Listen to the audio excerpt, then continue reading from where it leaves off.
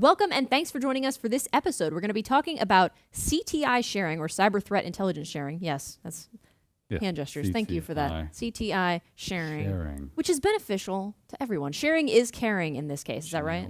Absolutely. Sharing is absolutely caring, because the more we share, the more we all benefit. When it comes to CTI anyway, right? Yeah, you don't want to share certain things. Not like the flu. Yeah, keep that to yourself. Keep that to yourself. You that's yours. All you, player. It's good to go. But think of how we can benefit from sharing our CTI with others. Incident response. The more information they have when it comes to the threats that have breached their security, the better they're going to be able to do attribution and remediation to those threats. Vulnerability management. All right, I want to make sure that I know all the vulnerabilities that are, plaguing my system. The only way to know about vulnerabilities is if we all come together and go, well, here's vulnerabilities I found, here's vulnerabilities I found. And we aggregate that stuff together. And now when I spin up my vulnerability assessment tool, it has a much more robust and comprehensive database of vulnerabilities. And so I'm not just getting those low-hanging fruits. Maybe I'm getting a few more of those more esoteric vulnerabilities that may be plaguing my systems. Risk management's another way to go about it. Think of security engineering, right? You got people that are building systems to keep us safe. Well, the more they know about the threats that are out there, the more they can build a system that can protect against said threats. And then finally, obviously, detection and monitoring. If it doesn't know that this thing is a threat, when it sees it, it's going to go, that's really nice. Moving on. What's this? Not a threat. Keep it going. You're like, well, hold on. The other thing was the threat. I didn't know that. If we share CTI out with each other, then we can implement systems to detect and monitor for those things, and hopefully even alert to us that, oh, you need to check this out. We've discovered something. You need to fix it. So that's why we have better security through the sharing of CTI. If you didn't believe us before, there's plenty of examples right there on why this is beneficial to share this information. Sharing is caring. But there's tools that can help us with sharing CTI. Is that right? Oh, yes. Plenty of tools out there. Get your notepads ready, because we got a few acronyms to throw at you. They are kind of fun. But the first two on our list, they kind of go together. Usually you see them kind of married to each other. What's called STIX and TACSI. Okay? So STIX is Structured Threat Information Expression. And this is a formatted or serialized CTI data designed to be shared with others. So if I take my CTI information and I format it in such a way that is standardized, you can do it too, and you can do it too, and I can do it too. And now we all have STIX data that we can share with each other. Makes it a whole lot easier. And then when you pair that with the idea behind TACSI, which stands for Trusted Automated Exchange of Intelligence Information, TAXII, right? This is a mechanism for sharing STIX data and other types of CTI as well. It doesn't have to be STIX. It can be other forms as well. But like I said, you typically see these things kind of married to each other. So let's take a look. I got a webpage here. Sharing threat intelligence just got a lot easier, right? And it is this oasis-open.github.io. So this Oasis organization is the ones that kind of are spearheading this. It used to be along with, I want to say it was first, or maybe it was MITRE. It was another organization, but now they're kind of solely in charge of both STIX and TACSI. But as you can see, structured threat intelligence or information expression is a language and serialization format used to exchange cyber threat intelligence. And then TACSI is an application layer protocol for the communication of cyber threat information in a simple and scalable manner. So we've got two wonderful systems, a way to format the data and a way to transport the data. I do kind of want to get into a little bit of the guts of TACSI. Have we talked about STIX and TACSI before in the past with? I don't. Is this new to you? I think this is. I definitely haven't seen that acronym before, but considering it is a long acronym, I would imagine there's a lot of information here. There's a bit. There is a bit.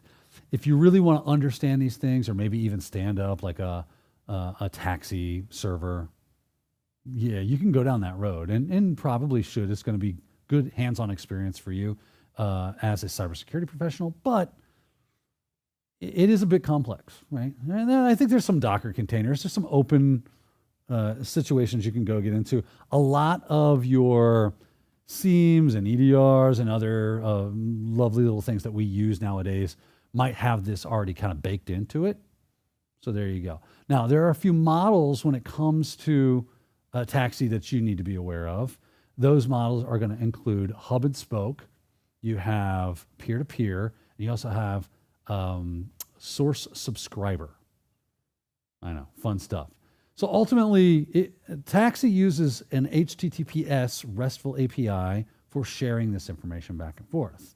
So the models are going to be like hub and spoke is going to be, you have a single information repository, and then you have producers and consumers, people that are producing CPI and adding that to that information repo.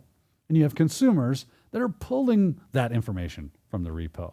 You might have entities that are both producers and consumers adding and pulling from the information repo.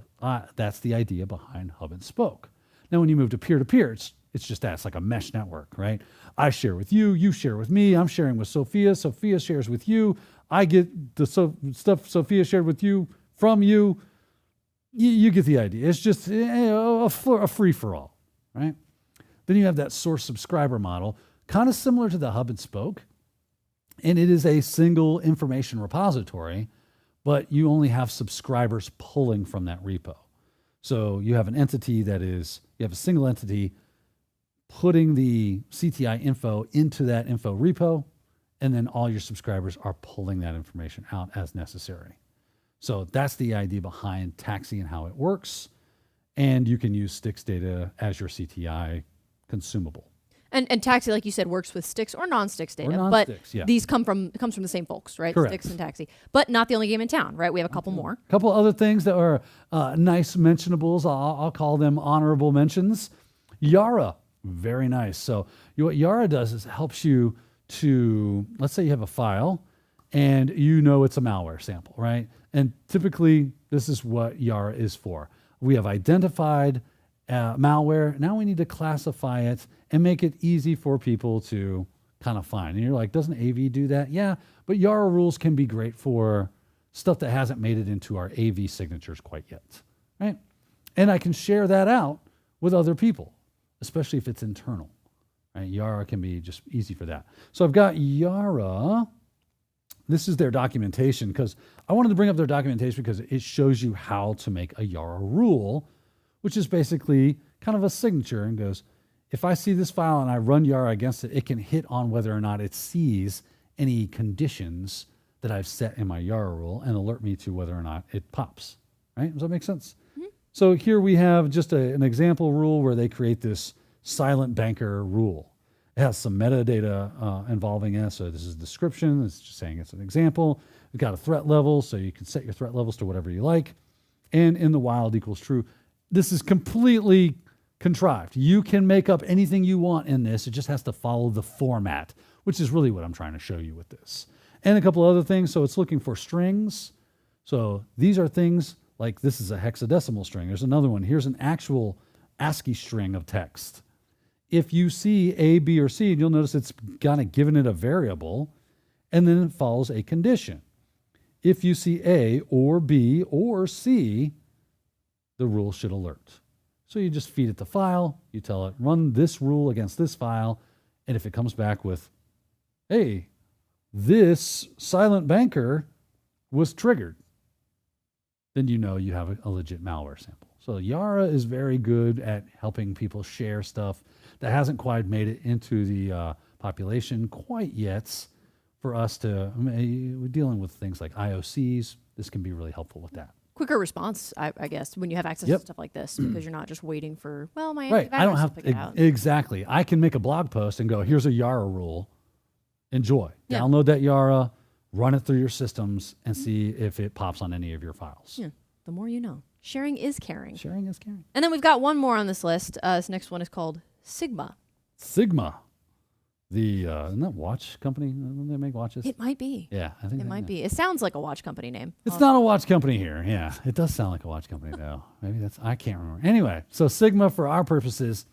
So I like what they say. I've got the GitHub up, Sigma HQ and GitHub, and they just gave such a great response to this on like, how do I describe Sigma? Sigma is for log files what Snort is for network traffic, and Yara is for files, right?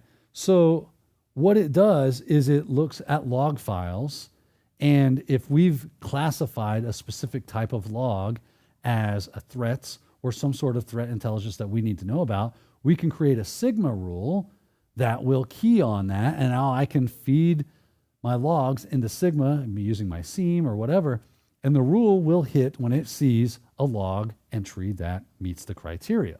And there are plenty of, examples down here. Plenty of information here as well, so definitely look through here. But like, here is an example of one that's looking for dumper activity on LSAS. You'll notice it's very structured. It has a structure that you follow. You build the rule out, and then you are able to apply that rule against those log files, and you're good to go. So very cool stuff. Like I said, plenty of different examples here. There's one for web shell detection, right? And you can see, well, what is it doing? It's looking for keywords like who am I, and net user, CMD/C, right? All these things, and then it gives the conditions. Very similar to what we just saw with Yara, but again, it's just being applied in a different way against your logs, looking for any IOCs that might be lurking in the shadows that you can go ahead and key on. So if you're reading some threat intelligence blog site, or you're getting it through your threat feed, and you see, oh, we have a Sigma rule, cool, you can download that Sigma rule, throw it into play, and see if you have been compromised based off of a log hit. Interesting. Okay. So Styx, Taxi, Yara, Sigma, 2023's most popular baby names. Yeah. But also some tools that you can use for sharing CTI. And as we've said several times, sharing is caring. So take advantage of these tools if you've got some CTI you'd like to hand out to the world. Help a brother out. So thank you for walking us through these options, Daniel. And thank you for joining us for this episode. We'll see you next time.